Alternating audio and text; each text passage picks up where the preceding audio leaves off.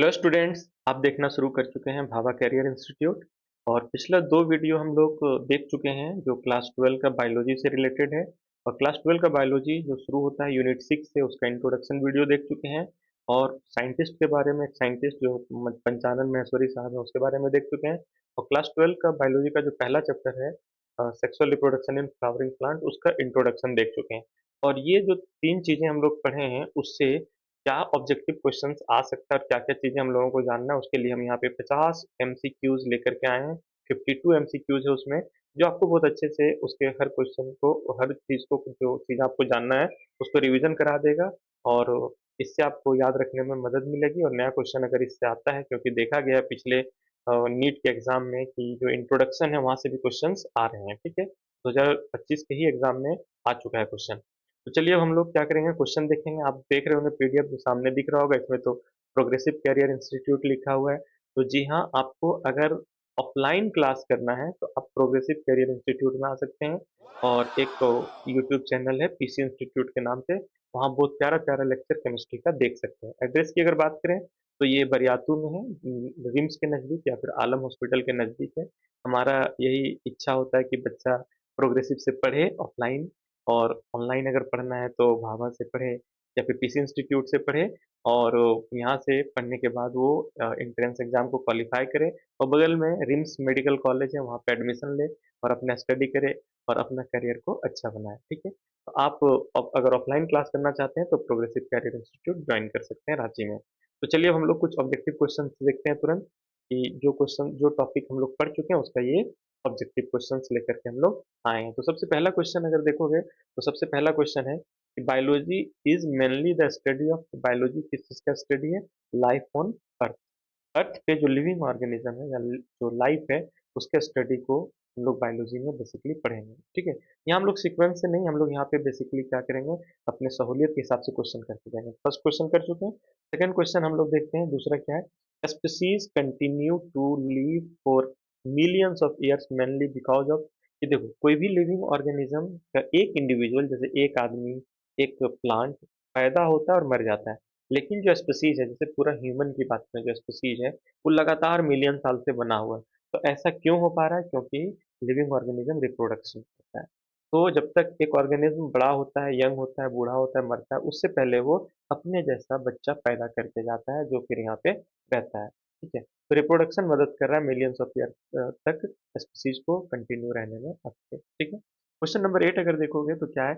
Reproductive ill health can be avoided by understanding. अगर आप reproduction से रिलेटेड किसी भी तरह की चीज़ों से बीमार हैं, तो उससे आप कैसे बच सकते हैं, जब आप रिप्रोडक्टिव हेल्थ के बारे में जानेंगे कि रिप्रोडक्शन से रिलेटेड जो हेल्थ है उसको कैसे मेंटेन किया जाए, क्या-क्या चीज़ें हैं जो मेंटेन करने से हम रिप्रोडक्टिव के हिसाब से रिप्रोडक्शन के लिए पूरा हेल्दी रहेंगे, ठीक है? अब दूसरा क्वेश्चन अगर हम लोग क्वेश्चन नंबर 9 देखें, तो biology tells us the story of life on earth. Basically biology क्या कहता है? ये कहानी बताता है लाइफ का, यानी जिंदा चीज का, लिविंग का, जो अर्थ पे है उसके बारे में, ठीक है? चलिए नेक्स्ट क्वेश्चन देखते हैं। नेक्स्ट क्वेश्चन है क्वेश्चन नंबर 3। क्वेश्चन नंबर 3 अगर देखोगे तो which type of reproduction help in creating new variant. तो देखो, रिप्रोडक्शन दो तरह का होता है, असेक्सुअल रिप्रोडक्शन और सेक्सुअल रिप्रोडक्शन, ठीक है? लेकिन वेरिएशन किस में आता है? यानी जो बच्चा पैदा होता है वो अपने माँ बाप से अलग होता है, अगर वो बच्चा सेक्सुअल रिप्रोडक्शन के थ्रू पैदा हो रहा है तो थोड़ा अंतर रहेगा बच्चे में। और अगर असेक्सुअल रिप्रोडक्शन के थ्रू किसी भी लिविंग ऑर्गेनिज्म का बच्चा आ रहा है, प्रोजेनी आ रहा है या उसका इंडिविजुअल आ रहा है, तो उसमें सिमिलरिटी रहेगा बहुत ही ज़्यादा, ठीक है? उसमें बहुत वेरिएशन, मतलब वेरिएशन रहेगा ही नहीं, ठीक है? उसको क्लोन बोलते हैं, ठीक है? क्वेश्चन नंबर 10 देखोगे, द स्पीसीज में बी थ्रेटेन। स्पीसीज कोई भी लिविंग ऑर्गेनिज्म, जैसे ह्यूमन हो गया या पूरा मंकी हो गया, पूरा लायन हो गया, उसको किस चीज़ से खतरा है? तो नेचुरल एक्सटिंक्शन, हाँ, नेचर में अगर कोई बदलाव हुआ तो उससे कोई लिविंग ऑर्गेनिज्म खत्म हो सकता है, जैसे डायनासोर खत्म हो गया। और एंथ्रोपोजेनिक एक्सटिंक्शन, यानी अगर आदमी के द्वारा कोई ऐसा एक्टिविटी हुआ जिससे कोई लिविंग ऑर्गेनिज्म खत्म हो जाए, तो उसको एंथ्रोपोजेनिक एक्सटिंक्शन के अंदर रखेंगे। तो इसका आंसर हो जाएगा सी, बोथ ए एंड बी। दोनों से थ्रेटेंड है, दोनों से खतरा है, आदमी से भी खतरा है और नेचुरल कुछ ऐसा घटना घटता है अर्थ पे, जैसे मान लो वोल्केनो आता है या फिर कुछ ग्लोबल वार्मिंग होता है। और इस तरीके से पूरा स्पीसीज, कोई स्पीसीज जैसे लायंस या फिर टाइगर, ये सब धीरे धीरे एक्सटिंक्ट हो रहा है और इसको बचाने पे जोर दिया जा रहा है, तो इस तरीके से बहुत सारा स्पीसीज खत्म हो गया, जैसे डायनासोर खत्म हो गया। ये दोनों तरह के एक्टिविटी से थ्रेटेंड होता है, स्पीसीज को खतरा होता है। ठीक है, चलिए अब आगे देखते हैं क्वेश्चन। क्वेश्चन नंबर है यहाँ पे देखोगे तो 4, स्पीसीज में बिकम एक्सटिंक्ट ड्यू टू, कौन कौन से रीजन से स्पीसीज खत्म हो सकता है? नेचुरल काउज, प्रकृति का कोई ऐसा कारण है उससे भी हो सकता है, ह्यूमन एक्टिविटी, तो ऑप्शन सी इसका आंसर हो जाएगा, ए और बी दोनों। ठीक है, अगर आप देखिएगा इधर क्वेश्चन नंबर 11 है कि एंथ्रोपोजेनिक एक्सटिंक्शन मीन्स क्या होता है? एंथ्रोपोजेनिक वर्ड जो यूज होता है ना, वो ह्यूमन के लिए यूज होता है। अगर ह्यूमन के कारण कोई एक्टिविटी हुआ और उसके कारण से कोई अगर स्पीसीज खत्म हो रहा है तो वो एंथ्रोपोजेनिक एक्सटिंक्शन कहलाएगा। ठीक है, नेक्स्ट क्वेश्चन देखते हैं। क्वेश्चन नंबर यहाँ पे देखो 5 है, इंडिविजुअल ऑर्गेनिज्म डाई, मतलब कोई एक ऑर्गेनिज्म, जैसे एक आदमी, एक बंदर, एक मच्छर, एक मक्खी मर जाता है, पैदा होता है मर जाता है, लेकिन स्पीसीज यानी उस मच्छर का प्रजाति हमेशा बना रहता है, आदमी हमेशा बना रहता है, सर्वाइव करते रहता है। क्यों ऐसा हो पा रहा है? रिप्रोडक्शन के कारण, क्योंकि रिप्रोडक्शन के थ्रू नया नया इंडिविजुअल आते रहता है। ठीक है, वेरिएशन इन ऑफस्प्रिंग इंक्रीजेज, यानी बच्चे में बहुत ज़्यादा अंतर दिखेगा पेरेंट से, वेरिएशन दिखेगा। वो उसको किस कारण से आता है? तो सेक्सुअल रिप्रोडक्शन के कारण आता है, असेक्सुअल के कारण नहीं। और वो उसको क्या एडवांटेज देगा? सर्वाइवल एडवांटेज देगा, यानी बच्चा जो होगा वो इस नेचर में ज़्यादा सर्वाइव करने का चांस रहेगा, वो यहाँ पे आसानी से जिंदा रह पाएगा। ठीक है, नेक्स्ट क्वेश्चन देखिएगा। नेक्स्ट क्वेश्चन है, reproduction is necessary for the survival of species, अगर स्पीसीज अगर अर्थ पे बने रहना है तो रिप्रोडक्शन करना पड़ेगा। जब तक रिप्रोडक्शन होता रहेगा, नया नया इंडिविजुअल, नया नया बच्चा आता रहेगा और वो स्पीसीज इस अर्थ पे रहेगा। ठीक है, पंचानन महेश्वरी कब पैदा हुए थे? नेक्स्ट क्वेश्चन है, तो ये 1904 में पैदा हुए थे, एनसीईआरटी में आप पढ़ के देख सकते हैं, 1904 में। ठीक है, each individual leave its progeny by, हर एक इंडिविजुअल अपना बच्चा कैसे छोड़ता है, कैसे बच्चा लाता है, कैसे? ठीक है, क्या सिर्फ सेक्सुअल रिप्रोडक्शन से लाता है?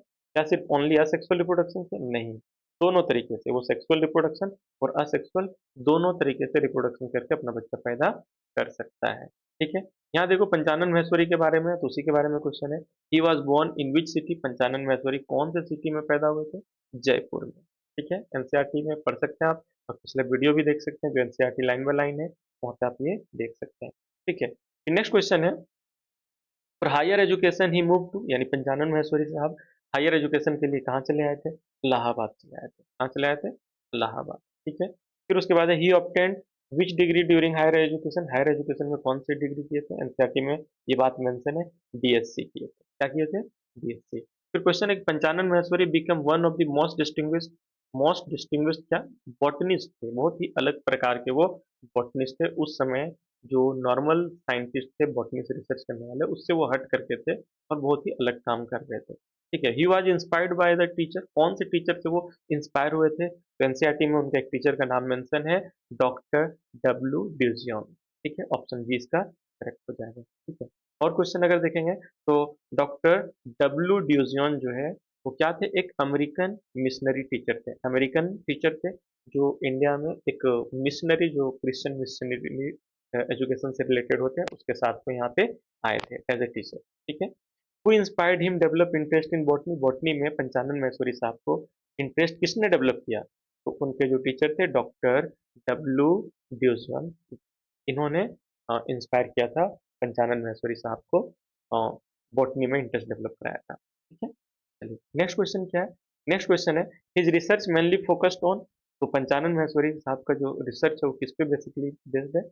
एम्ब्रियोलॉजी पे, वो प्लांट के एम्ब्रियोलॉजी पे उनका रिसर्च ज़्यादातर है। ठीक है, Panchanan Maheshwari develop special interest in, इसमें मॉर्फोलॉजी में। ठीक है, एम्ब्रियोलॉजी के साथ साथ वो मॉर्फोलॉजी में भी, तो मॉर्फोलॉजी में वो स्पेशल इंटरेस्ट दिखाए थे, एनसीईआरटी में ये बात मेंशन है। ठीक है, उन्होंने ही एस्टेब्लिश, यानी पंचानन महेश्वरी साहब ने एस्टेब्लिश किया डिपार्टमेंट ऑफ बॉटनी, ये कहाँ पे किए थे? यूनिवर्सिटी ऑफ दिल्ली में, दिल्ली यूनिवर्सिटी में पहला जो बॉटनी डिपार्टमेंट डेवलप किया गया, एस्टेब्लिश किया गया था पंचानन महेश्वरी साहब के द्वारा। ठीक है, he popularise the use of embryological character, तो पंचानन महेश्वरी साहब ने एम्ब्रियोलॉजिकल कैरेक्टर को कैसे टैक्सोनॉमी यानी क्लासिफिकेशन ऑफ लिविंग ऑर्गेनिज्म में, बेसिकली प्लांट में यूज किया जाए, इसके बारे में बताया था, तो इसका आंसर टैक्सोनॉमी हो जाएगा। ठीक है, नेक्स्ट क्वेश्चन देखोगे तो his work on which technique receive world wide claim यानी पंचानन महेश्वरी साहब का कौन सा टेक्निक था जिस पे वो काम कर रहे थे, जो पूरे वर्ल्ड के लोगों का ध्यान आकर्षित वो अपने तरफ कर पाए, तो वो था टेस्ट ट्यूब फर्टिलाइजेशन, प्लांट में टेस्ट ट्यूब फर्टिलाइजेशन, ठीक है। And he made the botany department of which university a major research centre, यानी पंचानन महेश्वरी साहब ने कौन से यूनिवर्सिटी में बॉटनी डिपार्टमेंट बनाया जो बहुत आगे चल करके बड़ा बड़ा रिसर्च वहाँ होना शुरू हुआ, तो वो था यूनिवर्सिटी ऑफ दिल्ली में, जहाँ पे वो बॉटनी डिपार्टमेंट बनवाए थे। चलिए नेक्स्ट देखिएगा, he was honoured with the fellowship, कौन सा फेलोशिप उनको मिला था, तो बेसिकली उनको रॉयल सोसाइटी ऑफ लंदन से फेलोशिप मिला हुआ था, ठीक है। नेक्स्ट क्वेश्चन है, ही एम्फेसाइज यानी वो जोर देते थे किस पे, need for artificial culture of, तो किस चीज के नीड, नीड एंड एम्फेसाइज मतलब जोर देना, किस चीज पे, नीड ऑफ आर्टिफिशियल कल्चर कि नहीं आर्टिफिशियल कल्चर कराया जाए, किसका, इमेच्योर एम्ब्रियो, जो एम्ब्रियो इमेच्योर है, जो पूरे तरीके से इमेच्योर होकर के दाना में नहीं बना है, उसको कैसे हम आर्टिफिशियली मैच्योर कर सकते हैं, इस पे वो रिसर्च करने की बात करते थे, ठीक है। फर्स्ट बायोलॉजी टेक्स्ट बुक जो हायर सेकेंडरी यानी क्लास 11 12 के लिए सॉरी एनसीईआरटी ने जो पहला बुक छापा था वो कब पब्लिश हुआ था, 1964 में। और इसके जो टीचर्स लोग ये बुक को लिख रहे थे उसके हेड कौन थे, पंचानन महेश्वरी साहब, ठीक है। तो टिश्यू कल्चर जो है, जो आज कंसीडर्ड होता है लैंडमार्क इन साइंस, यानी टिश्यू कल्चर को एक बहुत ही ज्यादा इम्पोर्टेंट रिसर्च के तौर पे अभी साइंस में देखा जा रहा है, खास करके बायोलॉजी में, ठीक है। नेक्स्ट अगर देखिएगा तो नेक्स्ट क्वेश्चन है कि अल्सो वर्क ऑन, यानी पंचानन महेश्वरी इस पे वर्क किए, तो इंट्रा ओवेरियन पॉलिनेशन पे वर्क किए थे, ठीक है। He was also honoured bye, तो पंचानन महेश्वरी साहब को एक और ऑनर क्या मिला था, इंडियन नेशनल साइंस एकेडमी से ऑनर मिला था। यहाँ पे जो भी क्वेश्चन है वो सब एनसीईआरटी के सेंटेंस से उठाया गया है। एनसीईआरटी जो है उसको पढ़िए, जो वीडियो आपको प्रोवाइड किया एनसीईआरटी से रिलेटेड जो वीडियो बनाए उसको देखिए और ये सब क्वेश्चन बनाइए, बहुत अच्छे से समझ में आ जाएगा। अगर आपको इसका पीडीएफ चाहिए तो आप टेलीग्राम चैनल से आप इसको डाउनलोड कर सकते हैं, व्हाट्सएप चैनल भी ज्वाइन कर सकते हैं जहाँ पे आपको सारा अपडेट मिलता रहेगा। अब ये सब टेलीग्राम चैनल और व्हाट्सएप चैनल का लिंक कहाँ मिलेगा, वीडियो के डिस्क्रिप्शन में मिल जाएगा, ठीक है। क्वेश्चन है, the male reproductive part of flower is called, जो male reproductive part of flower में उसको क्या बोलते हैं, एंड्रोइसियम बोलते हैं, क्या बोलते हैं, एंड्रोइसियम, ठीक है। नेक्स्ट क्वेश्चन है, flowers mainly help plant in, flower plant को किसमें मदद करता है, सेक्सुअल रिप्रोडक्शन, इसमें सेक्सुअल रिप्रोडक्शन में, ठीक है। फिर नेक्स्ट क्वेश्चन क्या है, the female reproductive part of a flower, जो फ्लावर का फीमेल रिप्रोडक्टिव पार्ट है तो गाइनोसियम बोलते हैं, क्या बोलते हैं, गाइनोसियम बोलते हैं, ठीक है। नेक्स्ट क्वेश्चन है, flowering plant are also called, देखो प्लांट का 5 किंगडम है, सॉरी 5 डिवीजन है, उसमें से जो एंजियोस्पर्म है वही उसी में फ्लावर लगता है, तो फ्लावरिंग प्लांट को हम लोग एंजियोस्पर्म भी बोलेंगे, ठीक है। इधर क्वेश्चन है, स्टमेन्स रिप्रेजेंट, स्टमेन क्या रिप्रेजेंट करता है, मेल रिप्रोडक्टिव ऑर्गन को स्टमेन बोलते हैं फ्लावर में, ठीक है। फाइनल प्रोडक्ट जो सेक्सुअल रिप्रोडक्शन का है फ्लावरिंग प्लांट में क्या है, जब सेक्सुअल रिप्रोडक्शन हो जाता है, फर्टिलाइजेशन हो जाता है, तो फाइनल प्रोडक्ट जो बनता है वो है फ्रूट और सीड, यानी फ्लावर में जो ओव्यूल है वो सीड बन जाता है, जो ओवरी है वो फ्रूट बन जाता है, ठीक है। नेक्स्ट क्वेश्चन है, the beautiful colour and scent of flower mainly help, तो जो ब्यूटीफुल कलर और सेंट है फ्लावर का उससे क्या होता है, इंसेक्ट अट्रैक्ट होता है जो फर्टिलाइजेशन कराता है, और फिर फर्टिलाइजेशन कराने में मदद करता है, पॉलिनेशन कराने में मदद करता है, सॉरी पॉलिनेशन कराने में मदद करता है, और ये सेक्सुअल रिप्रोडक्शन का पार्ट है। तो बेसिकली ब्यूटीफुल कलर जो है फ्लावर का, और सेंट जो होता है उसमें जो स्मेल होता है वो सेक्सुअल रिप्रोडक्शन में मदद करता है, ठीक है। चलिए नेक्स्ट क्वेश्चन अगर देखिएगा, तो flower attract pollinator mainly by, जो पॉलिनेटर जो पोलन ग्रेन को एक फ्लावर से दूसरे फ्लावर में ले जाता है उसको उस प्रोसेस को पॉलिनेशन बोलते हैं, और जो इंसेक्ट लेकर के जाता है या फिर उसको पॉलिनेटर बोलते हैं। तो इस फ्लावर में जो है पॉलिनेटर को अट्रैक्ट करने के लिए क्या है, फ्रेग्रेंस एंड कलर है, फ्लावर जो चमकीला कलर होता है चमकता है उससे कीड़ा मकोड़ा उसकी तरफ अट्रैक्ट होता है, फ्रेग्रेंस यानी वहां से जो महक निकलता है, स्मेल निकलता है, उससे इंसेक्ट अट्रैक्ट होता है, ठीक है। नेक्स्ट क्वेश्चन क्या है, the arrangement of flower on a plant, अगर किसी प्लांट में किसी एक्सिस पे बहुत सारा छोटा छोटा फूल्स लगा हुआ है, यानी एक समझो कि आम का मंजर जैसा चीज है, तो उसको इन्फ्लोरेसेंस बोलते हैं, क्या बोलते हैं, इन्फ्लोरेसेंस बोलते हैं। क्लियर है यहाँ तक। नेक्स्ट क्या है, the study and cultivation of flower, अगर फ्लावर का आप स्टडी करते हैं और उसका कल्टीवेशन करते हैं इसको बोलते हैं फ्लोरिकल्चर, ये भी एनसीईआरटी में मेंशन है, ठीक है। Early stage of flower development is known है, जब शुरुआत में किसी एक्सिस पे फूल बनने वाला रहता है तो उसको फ्लोरल प्रिमोर्डियम बोलते हैं। क्या बोलते हैं? Floral primordium. ठीक है। नेक्स्ट क्वेश्चन है, flower are important important for humans because they, flower जो है इम्पोर्टेंट है ह्यूमन के लिए, क्यों? क्योंकि उससे क्या मिलता है? Economic value, only medicinal value, मतलब सिर्फ इससे दवाई बनता है, या फिर इससे सिर्फ पैसा कमाया जा सकता है, aesthetic, culture and social value. तो ये ऑप्शन सी करेक्ट होगा, एनसीईआरटी में चीजें मेंशन है। एस्थेटिक, सम्मोहन, या फिर कल्चर, या फिर रिचुअल्स जो है हमारा, क्योंकि हम अलग अलग जैसे लव को दिखाने के लिए फ्लावर का यूज करते हैं, दुख में हम लोग फ्लावर का यूज करते हैं, कोई डेथ कर जाता है तो उसके ऊपर फ्लावर चढ़ाते हैं, ठीक है, या फिर कोई दुख की बातों के लिए हम लोग फ्लावर को सिंबलाइज करते हैं। सोशल वैल्यू भी है इसका, अगर हम लोग किसी से मिलने जाते हैं तो फूल का बुके लेकर के जाते हैं, सोशल वैल्यू भी है। तो फ्लावर इंपॉर्टेंस ह्यूमन के लिए, एस्थेटिक, कल्चर और सोशल वैल्यू के लिए। ठीक है। अगर हम लोग देखें आगे, फॉर्मेशन ऑफ फ्लावर इन्वॉल्व, ठीक है, तो जब प्लांट में फ्लावर का फॉर्मेशन होने वाला होता है तो उससे पहले प्लांट में हार्मोनल चेंज भी होता है और स्ट्रक्चरल चेंज होता है। हार्मोनल चेंज होता है तब जाकर के फ्लावर निकलना शुरू होता है, फ्लावर एक अलग तरह का स्ट्रक्चर है, उससे पहले फ्लावर के जैसा कोई स्ट्रक्चर प्लांट में नहीं होता है। तो स्ट्रक्चरल चेंज और हार्मोनल चेंज दोनों है। ठीक है। फ्लोरल बड डेवलप होता है किसमें? ऑन सॉरी, फ्लोरल बड किस पे डेवलप होता है? इन्फ्लोरेसेंस। इन्फ्लोरेसेंस जो फूल का गुच्छा है उसमें पहले फ्लोरल बड होता है, वही फ्लोरल बड बाद में फ्लावर में कन्वर्ट हो जाता है। तो इसका हो जाएगा option C answer. In biology flower are considered as decorative organ. Biology में अगर देखोगे तो क्या फ्लावर डेकोरेटिव ऑर्गन है? साइट ऑफ सेक्सुअल रिप्रोडक्शन है, हाँ, flower site of sexual reproduction है। इसका और दो ऑप्शन क्या है? इसका दो ऑप्शन अगर हम यहाँ ऊपर में देखें तो स्टोरेज ऑर्गन, प्रोटेक्टिव ऑर्गन नहीं, ये फूड वगैरह स्टोर नहीं करता है, कोई प्रोटेक्शन का काम नहीं करता, ये सेक्सुअल रिप्रोडक्शन कराने का काम करता है फ्लावर। क्लियर है यहाँ तक? चलिए और क्वेश्चन देख लेते हैं। द वॉल ऑफ स्टमेन कलेक्टिवली, यानी एक फ्लावर में अगर एक से ज्यादा स्टमेन है, एक से ज्यादा स्टमेन है तो सबको मिला करके क्या बोलेंगे? एंड्रोइसियम बोलेंगे। क्या बोलेंगे? एंड्रोइसियम। ठीक है। गाइनोसियम क्या रिप्रेजेंट करता है? तो फ्लावर में गाइनोसियम रिप्रेजेंट करता है फीमेल रिप्रोडक्टिव ऑर्गन। क्या रिप्रेजेंट करता है? Female reproductive organ. ठीक है यहाँ तक।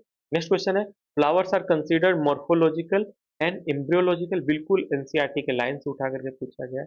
फ्लावर्स जो है वो मॉर्फोलॉजिकल और एम्ब्रियोलॉजिकल मार्वल्स है। ठीक है। मार्वल्स यानी एक मतलब हाई क्लास का, उच्च क्लास का फॉर्मेशन है प्लांट में, वो स्ट्रक्चर के थ्रू यानी मॉर्फोलॉजी और उसके अंदर एम्ब्रियो का डेवलपमेंट होता है। ठीक है। तो यहाँ पे मार्वल्स इसका आंसर हो जाएगा। एनसीईआरटी के सेंटेंस से ये क्वेश्चन उठाया गया। Flowers have been used by human as symbol of, flowers को ह्यूमन अलग अलग तरह के सिंबल के लिए यूज करता है। ठीक है। लव एंड हैप्पीनेस के लिए तो यूज करता है, ग्रीफ यानी दुख के लिए, और शोक मनाने के लिए, यानी कोई डेथ कर जाता है तो उस पर फूल चढ़ाते हैं। ये दोनों है, अफेक्शन के लिए भी, सम्मोहन के लिए, हम लोग किसी को फूल पकड़ करके किसी की यादों में डूब जाते हैं। तो यहाँ पे इसका आंसर ऑल ऑफ दीज हो जाएगा। हर चीज के अफेक्शन के लिए भी ह्यूमन यूज करता है फ्लावर को, ग्रीफ और मॉर्निंग के लिए भी, लव एंड हैप्पीनेस के लिए भी यूज करता है। नेक्स्ट क्वेश्चन है, sexual reproduction in flowering plant finally result in the formation of, यानी प्लांट में अगर सेक्सुअल रिप्रोडक्शन होता है फ्लावरिंग प्लांट में तो वो उसके बाद क्या बनाता है? फ्रूट्स और सीड बनाता है। ऑव्यूल कन्वर्ट होता है सीड में और ओवेरी कन्वर्ट हो जाता है फ्रूट में। तो ये बहुत बेसिक क्वेश्चन था, लेकिन ये क्वेश्चन अगर आप रिवीजन कीजिएगा तो आपको जो टॉपिक आप पढ़े हैं एनसीईआरटी पढ़िएगा, वीडियो देखिएगा, तो उससे बहुत सारी चीजें आपको रिलेटेड याद आ जाएगा, समझ में आएगा और आसानी से आप एग्जाम में आंसर कर पाइएगा, हड़बड़ाइएगा नहीं। ठीक है ना? तो चलिए यहाँ तक काफ़ी है। अगर आप इसका पीडीएफ डाउनलोड करना चाहते हैं तो आप ये पीडीएफ डाउनलोड कर सकते हैं, टेलीग्राम चैनल से डाउनलोड कर सकते हैं। ठीक है। और टेलीग्राम चैनल का लिंक आपको डिस्क्रिप्शन में मिल जाएगा। Okay, thank you for watching this video.